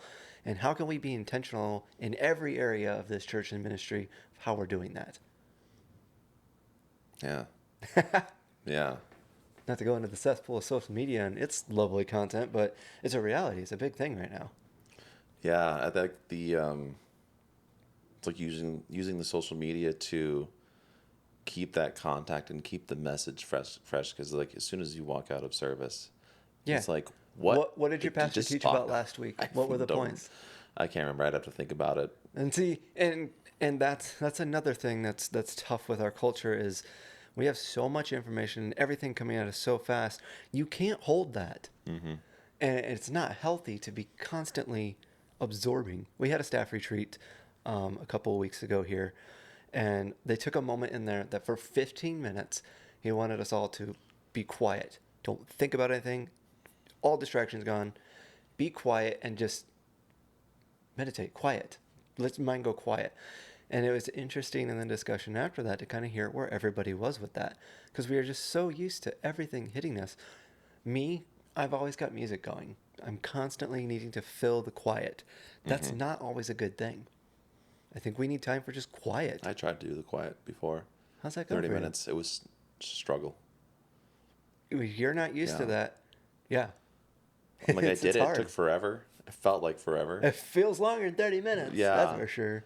And I mean, my mind would wander, it would go off into things, and I was trying to just keep it centered Mm-hmm. and kind of Take empty. it captive. Uh, Yeah. there was a, oh, I wish I could remember off the top of my head. They were challenging us when your mind starts to wander. There's just one sentence here, and it's a prayer, something along the lines of, Shut up. well, no, it's like a call to God that I'm a wretched sinner, and something I Hmm. can't remember what it is, and I'm butchering it. But there was a nice sentence that they use that you use that as your refocusing, your recentering thing, your prayer. Like for like the first couple of minutes, I'm just like, read it, say it, read it till you believe it, keep saying it till you believe it, and then try to let it go blank again. But yeah, anyway, I think it's a good way to just take a break. I don't know. And then I think I think if you get into a habit of that, God will start to speak to you in those moments. I say I think because I'm horrible at it and have not, honestly, haven't done it since that day. Yeah, and that's the other tricky part is. That's the tricky part is now how do you implement this as a practice in your life? And I've got Don't look to me for how you do that because I'm horrible at it. yeah, I've got two under two, and I'm trying to like I want to get up early and do it, You telling but me that's never quiet around your house? I never. Except for like, well, yeah, not even in the morning because my little, the oldest one, he likes to wake up and come get in bed and Oh, squirm all like nonstop moving. yep. It's like I just want to sleep. So I guess in the future, I'll find time to make Yeah. that time. Early in the morning would be best. Yep. That's usually when I'll do my quiet times when I remember to do them or I'm doing it that particular way in that week is I'll do either some Bible reading or I'll listen to a podcast or I'll listen to another sermon or something. Try to do that in the morning. I think it's a good way to set the tone of your day is waking up and the first big thing that you're doing is spending time in Word. Yep, yep. I think it's a good practice. Storytelling is a tool and how you use it matters. Mm-hmm. You can use films to change people's worldview and influence what people believe and bring understanding to topics. And I feel like so much of it, like I use Vimeo staff picks as a way I like to be encouraged. But you go in there and you could tell what the hot topic is in the world and what the hot topics in America are based upon all the films that are getting the staff pick in there. So you're getting the woke mentality, I guess would be the word for it. And that's the stuff that's popular right now. I don't find that to be a good story. Is it popular? Or is it like AI generated staff picks that are trying to tell you what you think should be popular? From my understanding of Vimeo staff picks, is it is an actual staff pick. It's not algorithm based. Like they are actually finding the stuff that is popular and they are pinning it, or finding the stuff that is being posted by good makers or good filmmakers. Good? Good. Good. Good, good. Okay. What is good? Well, we could use a couple different ways with it. Good in how they put their craft together, how they tell the story, the lighting, the camera work, the sound design, all that. Good. Objectively good in that. The topic and the point you're trying to get across, maybe not so good. Maybe we're straying into a topic that is doing more harm than good in the world. I don't know. I think an important thing, okay, we say good. What is good content? You have to make a distinction here. As Christians, we can't expect the world to agree with what we say is good and right and wrong. We have a conviction that God has given us and what he teaches us in his word. That's what we hold to what is right and wrong. You can't expect the world to agree with that and to want to do that with us because they don't believe that. Like that's not their conviction.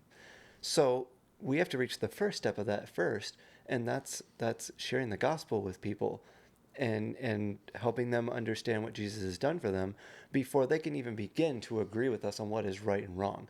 They need to have come to that realization first before we can expect to hold them to that reality. I think, if I were to think about this for a second and be careful how I state it, I think that can / should govern how believers are involved in like policy making and telling people how they should be doing things in the world. I think that's a very loaded topic that I'm probably not the one to go digging into it with. But I think you kind of have to make that distinction first of, yes, as a believer, I say that this is right and wrong, and therefore this is what's good in filmmaking versus what the world says is right and wrong, and what they then say is good in filmmaking. Is that a good way of framing that? Because that can go a lot of different directions now. Well, it's like, I mean, Christian films get knocked because of the production value Oh, and I'll be or the lack first of Christian production to value. sit here Yeah. and say, Christian filmmakers, you guys are horrible at telling stories.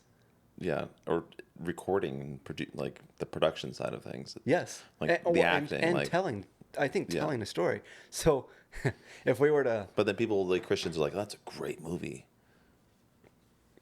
Because God's of, like, Not Dead the message. is not a great movie. You don't like that movie? No.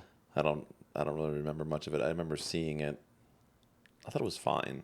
I don't like For what it is, it's fine. I don't Here's my recall beef. being like, wow, that was amazing, or like, oh, Yeah. that was Are terrible. do I you couldn't have struggled Yeah, do you watching it. want to go watch that this afternoon and just you and I hang out? Like it was a great movie. We should pull Not it up and really. watch it. No. You know, you name the Christian movie that's over the years that have come out that you're gonna want to sit here and well, that was a great movie. We should go watch that. Let's watch that again. It was so good. My wife would say The Shack. The Shack. Yeah, What's that one? I don't know that one. it's about um, forgiving. So like, some guy had like molested, raped like this guy's daughter and killed her and burn her up in a shack. Jeez. But he like goes to the shack, but he has to like accept forgiveness for Okay. the guy that committed this Who's that? crime. Do you know what their target audience was with that, or what? Probably women. Okay. Yeah. I think to kind of get upper level with kind of my beef with Christian filmmaking is Christian filmmakers are using films as basically a platform to preach a sermon, and that's not what films are necessarily for. So when you come at a film, whatever it is, and just say, these are the points that I need to get across because that's the sermon that I've prepared for this film, you're going to make a bad film. Because film is not the outlet for a sermon. Film is the outlet for storytelling. And as we look at the industry and find that these are the established things that this is what we say makes a good film. And number one is always going to be the story and the hero's journey in there and the progression of that. The hero needs to go on that journey, not just stand on a soapbox and preach that point that you want to get across as that. That's not what filmmaking Yeah. is for. And the moment you do that, now you start, okay, we as Christians, like we have a lot of beef with what Hollywood's trying to jam down our throats through their films and through their movie and through their series and stuff. We don't like having those viewpoints shoved down our throat. As a believer, you need to take that to heart too and look at if you want to make a good film that's going to get engagement and people are going to watch and enjoy, don't be shoving stuff down their throats with it and standing on a soapbox. Let your storytelling make the point. Don't have a whole moment in there with the point. Okay, you have the moment like where you come to the realization there is no point of return now, and now the journey begins. But I think there's a dance between mixing that with a well written story, and here are my bullet points that I need to get in there. I don't know, I'm kind of going all around the point here, but the story is first in there, not the point you're trying to get across. And I think we as people, we see that in a film, and you can tell when that's what's going on. Yes. See how terrible I am. Just But like, but yes. it's so I would say that that's a very Yeah. upper level because now that affects let's use that word intentional. Yeah. That affects the intentionality of now every aspect down that line. That decides, okay, well I don't need to just do standard 3-point lighting because I have a one of the ones I'm not going to name the name of this film or where it is or anything, but I watched it and it was on a Bible story, and for what it's worth, like they told the story the way the Bible said it, and they had the point in there of what the intention of it was, but but it was so horribly dialogued, and it's like okay, we just have to get through this point. So it's like 3-point lighting, 3 camera, the ISO. It's like sitting down doing an interview.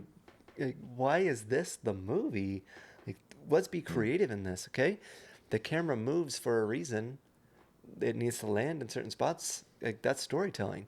The lighting of that to affect the mood of what we're trying to do.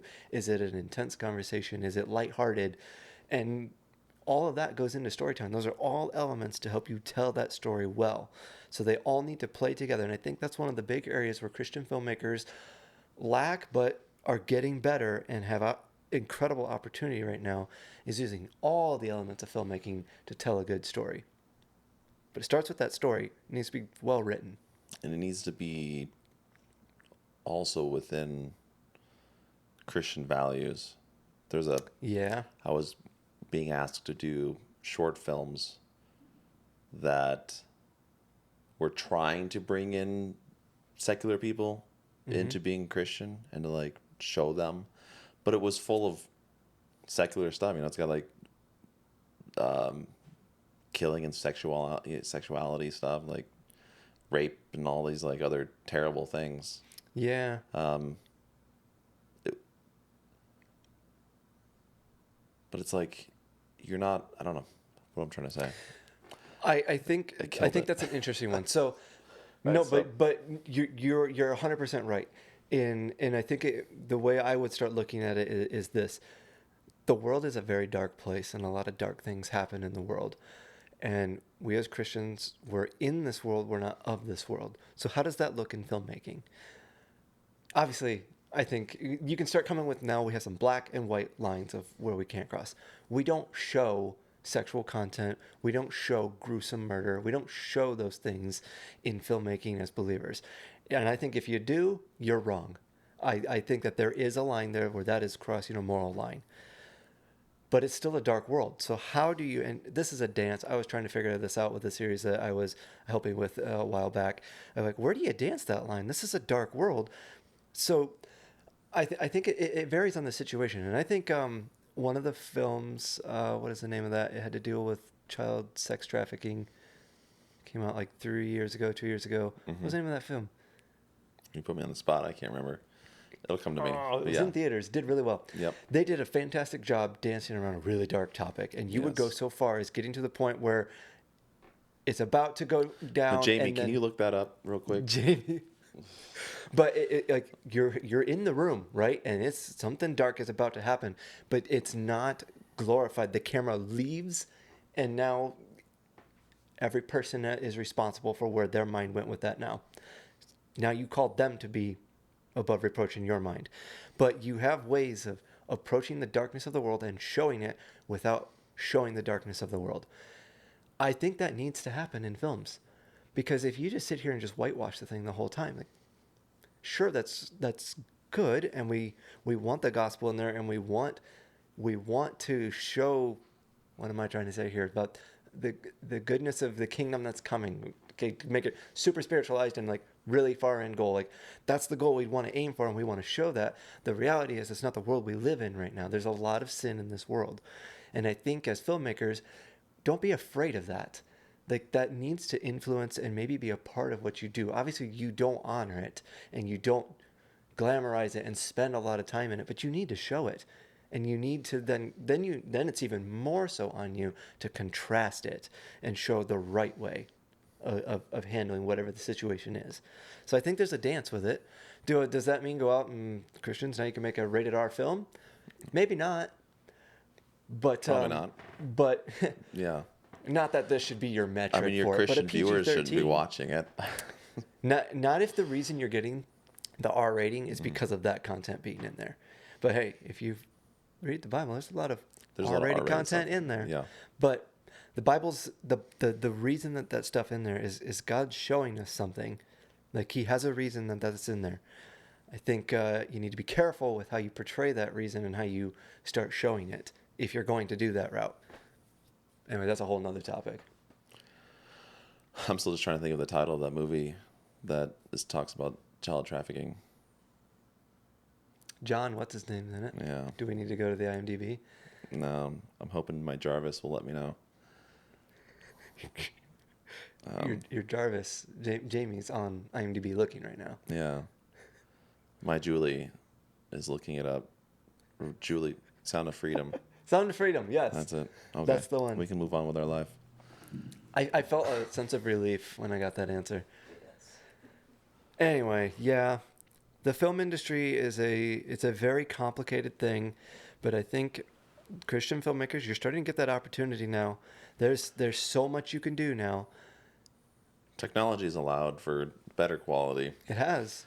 The barrier to entry is much lower. Just because you've done it this way for 25 years does not mean you should continue doing it that way. Mm-hmm. And I think it's time to take a serious look at Christian films and start with that story. That story needs to be good. This is not a soapbox. Like we have outlets for that. We have outlets for teaching and for sermon and that kind of stuff. Now's the time to be creative. Yeah. We just have like Tell a an good original story. Yeah. Tell a good original story. Heck, it doesn't even have to be We could- original. It doesn't Yes, be a good story. exactly. But then bring in, biblical Christian values into it Yes. that help support that. And Yep, I would Yeah. agree with that. Yeah.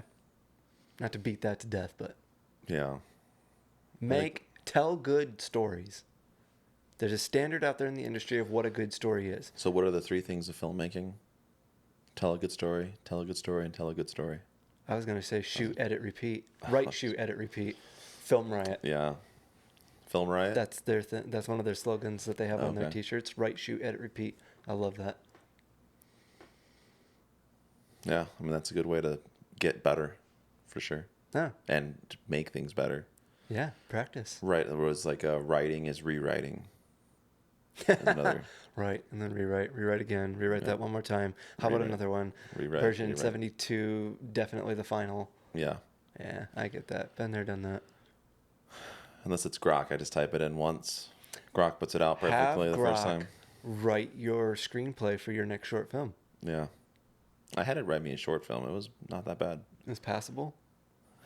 Yeah, it was Have pretty you funny. seen the Olive Garden? I think it's an Olive Garden ad that was written and the clips were made, I think, by AI. Oh, yeah? Pretty sure that's what it was. I know it was Yeah. it was a script and then the video that were AI done, and it was A commercial. interesting. Televised. It wasn't used. It Like, wasn't used. No, Okay. no. It wasn't like Didn't like actually somebody air. just made this. Okay.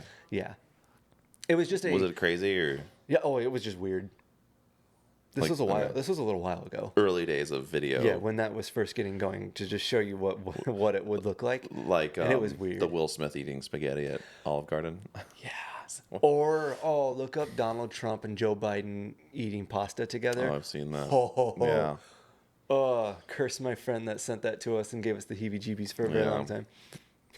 Thanks for bringing that up. You're welcome. Dwell on that today. The yeah, I guess the video AI is probably going to be about perfect very soon. Yeah. You know, And it's like you don't even need to go film yeah. anything more. I think the only thing that will survive are, like documentaries, real life But I do. people interaction. But when it comes to fake stories, fiction, Oh, yeah, it's going to be very difficult to Like- distinguish what's real and what's not. yeah, and like why would you even need to go spend a bunch of money on production? Mm-hmm. It's definitely going to shake up the industry quite a bit. Yeah. And I think you need to be proactive in figuring out how you're going to use it too, or you're like maybe this is a truth, but if you are not using AI right now in your video stuff, you're already behind by a lot. In which way? Like using it like in creating content or like story Creating or content, helping you create content, figuring out where this plugs into your entire pipeline of production, because I think these tools can help you in almost every different area right now. So you need to have been learning these and figuring out how you're going to implement them, because if you don't, that college kid that just got out on his own and just is hungry to go, your business is going to start going to him. As he starts growing in this and getting better So- and better. like using ChatGPT. Yeah, using ChatGPT. Okay, every person's different in how they work with their clients. I like to do proposals, and I'll sometimes do reference imagery and that kind of stuff. Use your image generation to create proof of concept stuff for you and call out different aspects of it. Obviously, there's lots of other tools you can use for that too. Like, is it Film Deck? Shot Deck. Using Shot Deck or tools like that to help give inspiration to create your mood boards and stuff. But AI can help you dial that in a little even further. Use it in an area like that. In your interviews, again, think about the ethics of this and the morality to this, but using different voice generation stuff to help you get transitional statements that maybe you didn't get before. I would say then use that as a learning experience and get that for real next time, but that can help you fill those tools. There's all kinds of ways that you can use AI in your pipeline right now. You need to be intentional about it, because if you don't right now, someone is, and they're going to surpass you. That'd be the same thing as saying like, yeah, we always shoot interviews on a green screen and then put a picture behind it. Like, that's not the norm anymore. People don't like that anymore, and you can tell. We now do it in a real way, or we do it this way, we put emphasis on that. Start thinking about that. The industry changes. How are you keeping up with the industry? AI is the next big thing right now, so how are you keeping up with it? Yeah. But Don't fall doing it the behind. right way. Yeah. I mean, those are some good tools. They are. Yeah. Ways of. And they're affordable right now. $20 a month is what I pay. And I'm getting image generation, video generation, and the OpenAI, the Chat GPT Mm-hmm. model. Like, it's affordable right now. Yeah, that's pretty affordable. How much can you create? Like, There are limits. I have hit them one time with the deep research model on there, okay. where I wanted it to really kind of flesh the ideas out and do a lot of thinking and writing. There, I only hit the limit on that one. Otherwise, I've never hit my limit. Now, would that be on like script writing? That Or, was on just the writing side. Image generation, I don't think I've hit my limit on that one yet either. Maybe once when I was having to do a lot, but then it's an hourly limit.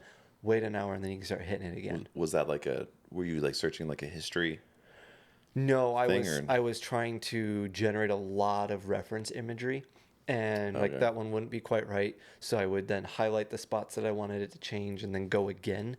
And I think I did it so much that I hit like the hourly limit. And that's in the deep search. That would be Or that one that was was the a deep separate. search. So the Okay. deep search was for the chat thing that I was doing for writing. This was using what's ChatGPT's video image generation. Vid. Oh my gosh, what is it called? I was using that, and I think I hit a limit Vidya? for the hour. No, It's that's not a. that. It's one Oh, of the GPTs you can plug in. VO. Dolly. Oh, Dolly. Dolly's their image generation. What's the VO3 or something? Then no, Sora, that's Google. Sora Sorry. is their video side. Sora. Okay. No, I was thinking Google's. Oh, theirs is Gemini. Their Their text video research. one. I don't know what It's their like video one VO3 is. or something like that. Yeah, I don't know what it is. I haven't used It it. sounds stupid talking. But no, I've hit the Talking limit about someone I once know. in the Yeah. text thing, and I feel like I vaguely remember hitting it once on the image thing. But otherwise, And you use I a don't know. lot. I use it a lot. I was just gonna say I use it a lot. I don't know how much more I need to use it before the $20 a month is the limitation, because that's not bad. In the grand Yeah. scheme of what I'm getting for it, I that's might, not bad. I might need to invest in that then. There you go. But I would You're imagine sold. Grok can do the similar thing. Well, Grok 4 is I supposed haven't used to it. be better. I would hope The most Grok 4 is better powerful because ever. didn't ChatGPT go backwards for the version where it actually got worse for a version? Probably because they keep trying to do all that woke stuff with it. Hey, maybe that's a lesson. Maybe when you try to do that. Yeah. There's also an element of too, and again, I'm not an AI expert, but when you keep training it on itself and it's digesting and reusing itself, Yeah. it just starts to go further and further. I think they showed, and I think the word was it for like it started hallucinating. Yeah. But yeah, I think it can get weird if you keep Now, feeding it itself. can you take an image and say like a reference image to it and then say write like make storyboard using this reference image and make everything look like that image I have with the not. script? I have not tried that exact scenario. I have found whether images that I modified and did Photoshop work with and created the style for and said, generate the image in this style and give that back to it. And I found, at least when I did this 8 months, a year ago, I needed to describe it a little bit, but it did a really good job at creating the reference imagery in that exact style. I will say you can't upload an image and have it modify that image. That is a privacy or safety thing that OpenAI has put in place. You don't get to upload an image and have it modify it. It won't do that. It also has limitations on what it will generate. It'd be more of like uploading it to train it, right? So it's like I want, yeah, in that case, the style, yes, yeah, it did. It 100% did that.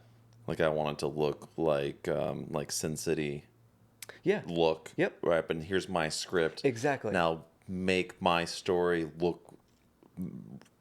generate my story, but have it with that style look. So comic book or something. that's been one of the cool things with the projects section in ChatGPT, is I can then set up an entire project with all the documents and stuff in there and give it specific rules of how it is to answer in those settings.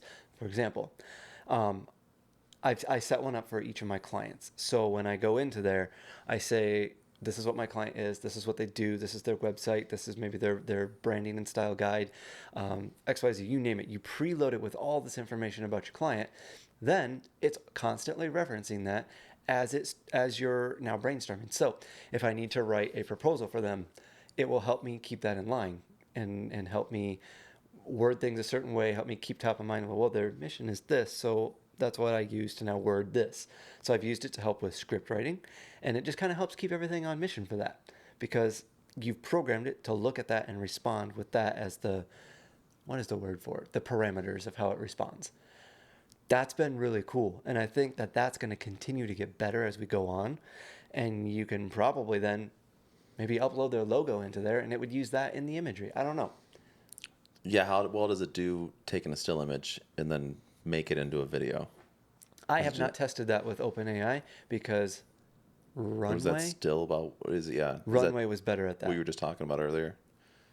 I wonder, because I haven't tested this yet. Yeah.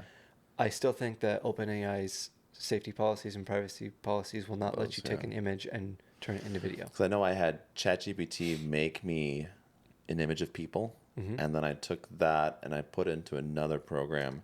Is it one through Discord? I can't remember which. You didn't do it through the Discord app, though. It was all free stuff. I can't remember. So I took, ChatGPT would make me 5 images before it would reach that free limit. And then because you're using the free one. Yeah. Gotcha. So I used the free one, and then I went on, search used Grok to tell me, or I might have still say to ChatGPT, but what are the free apps that I can use to take an image and make it into video? Yep. And I did that and animated the people in the image, so then I was able to produce a whole video. Exactly. That I need. It was a short video. That's all I needed. And I see a lot of content like that in YouTube now, where they'll use that as the B-roll for the video that they're putting together, where it just shows all that. I think that's a great use of that. Yeah. In my opinion, it saves a lot of money, saves a lot of time. I've even seen job descriptions that are asking for that, for you to be able to take scientific articles and explanations and then turn them into usable scripts, and then use 11 Labs to do the voice for those scripts, and then use other video tools to create the imagery and B-roll for these videos. The whole thing is an element of AI. The whole video is. I think that's cool. I like that. Yeah. Do I want to start making those for a living? Heck no. That's not me. Yeah. I mean, you'd be in a cubicle, and that's not why we exactly do what we do. Yeah, I'm creative in the real world, and I love doing it out here. But I have been intentional about finding ways that AI can assist me in that. Yeah. I think that's what you've got to be doing to be keeping up with it. Otherwise, you're going to get eclipsed. If you're not doing it, not to say what I said before, but you've already been eclipsed. Yeah. Because I'm using it. So all of you that aren't using it, I'm using it. And I don't have to crushing it. And you're killing it out there. I hope I am. I'm crushing something. I don't know if it's a good thing. Busy. But yeah, that's good. What are you doing with it? My turn. What's the vision? Where are you going from here? Oh, is this going to make it? What's the vision? The vision is to, I think ultimately would be to influence Christianity into film culture. To be intentional about it. Not film, art itself, right? And there's people who are Christians that are in making art. Yeah. And it's not just blue-haired, crazy people that are high on drugs making art. So it's true. And it's a chance too, maybe, to recapture that back from the enemy, because God is a creative God. You look at the world around us, he's creative. And therefore, us being made in God's image, we are creative. When we use the gifts that God's given us, we're worshiping. So to reclaim that from the enemy and show people that when you can be creative and be intentional about it, you are worshiping through that. That's a cool thing. That's a humbling thing for me, to know that I love being creative. I'm fulfilled when I do it. That's because God made me that way. And when I use that, that's me giving back to him. Reclaim that for the kingdom.